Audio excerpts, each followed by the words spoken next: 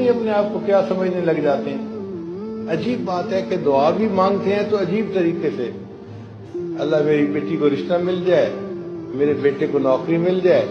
جیسے صبح صبح فور مین آتا ہے نا اور ورکرز کو کام ذمہ لگاتا ہے، اکرم تم یہ کر لینا، اسلم تم یہ کر لینا، اور فلاں تم یہ کر لینا، فلاں تم یہ کر لینا۔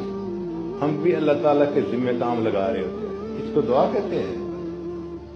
دعا تو یہ عاجزی کے ساتھ اللہ کے سامنے سراپا سوال بن کے مانگ رہا ہو۔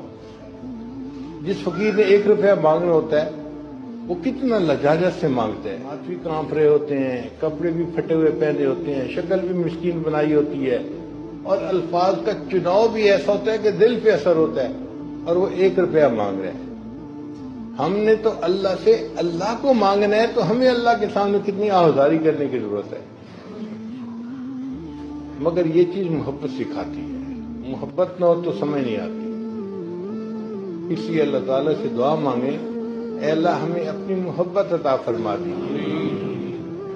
نبی علیہ السلام نے دعا سکھائی، اللہم انی اسألک حبک، اے اللہ میں آپ سے آپ کی محبت کا سوال کرتا ہوں۔ آج ایسے نوجوان بہت نظر آئیں گے جو اللہ تعالیٰ سے گھر مانگتے ہیں، بیوی مانگتے ہیں، اولاد مانگتے ہیں، نوکری مانگتے ہیں۔